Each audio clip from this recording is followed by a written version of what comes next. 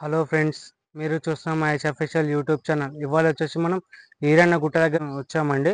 ఇక్కడ ఏంటంటే మన హైతనగర్ శివాలయంలోనే ఇక్కడ వెలిచిండండి. ఇక్కడ కొన్ని వేల సంవత్సరాలు అయితే అవుతుంది శివుడు వెలిచి.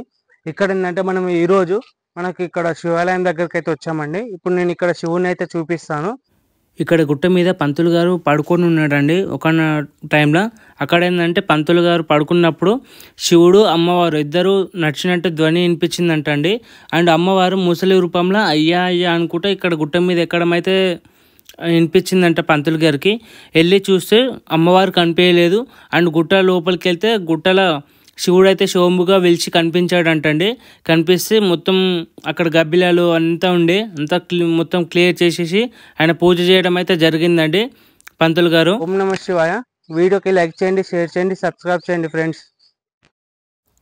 గుట్ట దగ్గరికి అయితే మనం వచ్చేసామండి. ఇప్పుడు నేను లోపలికైతే వెళ్తున్నాను. ఇక్కడ మనకి రాగి చెట్టు వేప చెట్టు రెండైతే కలిసేసి అయితే ఇక్కడ ఉన్నాయండి. మీకు చూపిస్తున్నా చూడండి.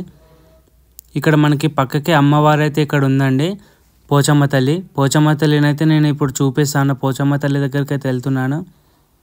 ఇక్కడ ఈ ఆలయాన్ని దర్శనం చేసుకొని అమ్మవారిని ఇప్పుడు మనం గుట్ట మీదకి అయితే వెళ్దామండి. గుట్ట మీదకి వెళ్ళి నేను శివుడిని అయితే చూపిస్తాను. శోంభుగా మనకి వెలిచిన దేవుడయ్యి శివుడు మనకి గుట్టలలో వెలిచిందండి. మొత్తం రాళ్ళే ఉంటాయి చుట్టూ. నేను మొత్తం తీశాను వీడియో మొత్తం.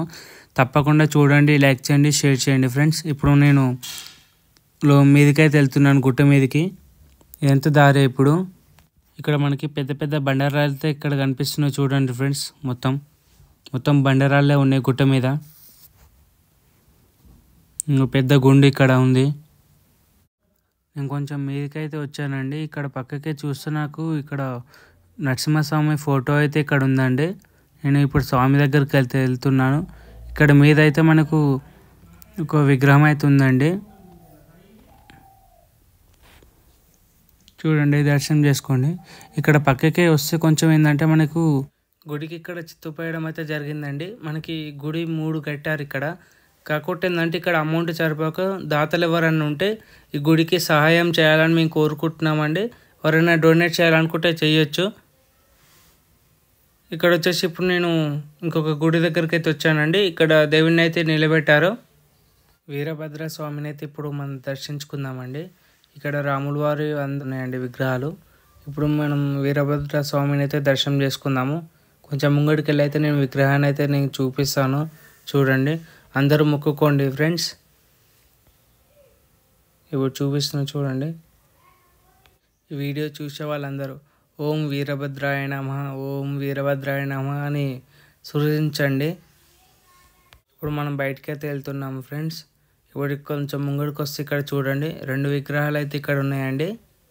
ఇక్కడ నేను విగ్రహాలు అయితే ఉన్నాయని చెప్పాను కదండి. ఇక్కడ చూడండి, మనకి పక్కకి విఘ్నేశ్వరుడు అండ్ ఆంజనేయుడు ఇద్దరు ఉన్నారండి. 2 విగ్రహాలు అయితే ఇక్కడ ఉన్నాయి. ఇప్పుడు గుడి కట్టి ఇట్లా నామాలు పెట్టారు. ఎవరైనా డొనేటర్ ఉంటే డొనేట్ చేయండి ఈ గుడికి అయితే. ఇప్పుడు నేను ఇప్పుడు శివుడు ఉన్న గుడి దగ్గరికి అయితే నేను వెళ్తున్నాను. లోపలికి వెళ్తాను. లోపలికి వెళ్ళి కూడా మీకు మొత్తం చూపిస్తాను ఫ్రెండ్స్. శ్రీ శ్రీ శ్రీ వీరన్నగుట్ట భద్రకాళి రామలింగేశ్వర స్వామి క్షేత్రము దగ్గరకు ఉన్నామండి. మనం లోపలికైతే వెళ్తాము. లోపలికి వెళ్ళి నేను మొత్తం చూపిస్తానండి. ఇక్కడ చూస్తున్నారు ఫ్రెండ్స్, మొత్తం గుట్టనండి. మొత్తం రాళ్ళతోటే ఉంది. అంటే ఎవ్వరు కట్టలేకుండా శివయ్యనే కట్టుకున్నాడు ఇట్లా గుట్ట. ఇక్కడైతే విఘ్నేశ్వరుడు అయితే ఇక్కడ ఉన్నాడండి, వినాయకుడు. ఇప్పుడు వినాయకుడిని అయితే నేను చూపిస్తున్నాను. ఇక్కడ కొంచెం పక్కకి వస్తే మనకి చూసారా మొత్తం రాళ్ళే ఉన్నాయి. మొత్తం ఎక్కడ కూడా ఇక్కడ నేను ఇప్పుడు శివయ్యని అయితే నేను చూపిస్తున్నా చూడండి. ఇక్కడైతే ఎవరైనా సరే శివంబుగా అభిషేకం అయితే చేసుకోవచ్చు.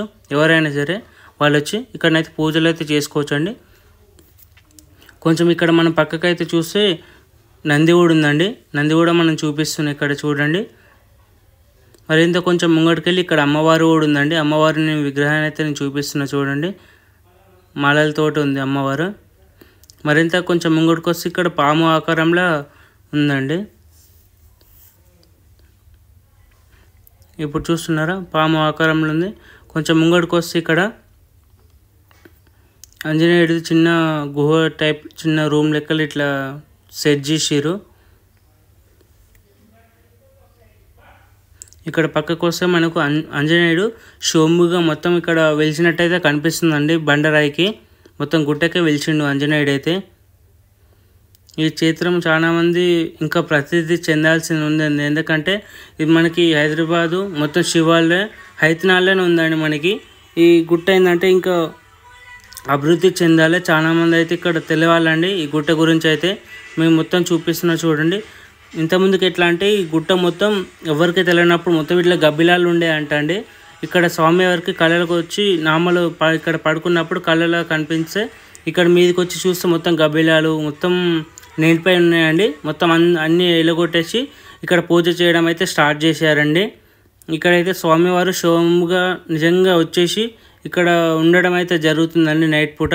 ఇక్కడ మనం పక్కకు వచ్చాము. పక్కకు వస్తే ఇక్కడ సుబ్రహ్మణ్యేశ్వర స్వామి విగ్రహం అయితే ఇక్కడ ఉందండి.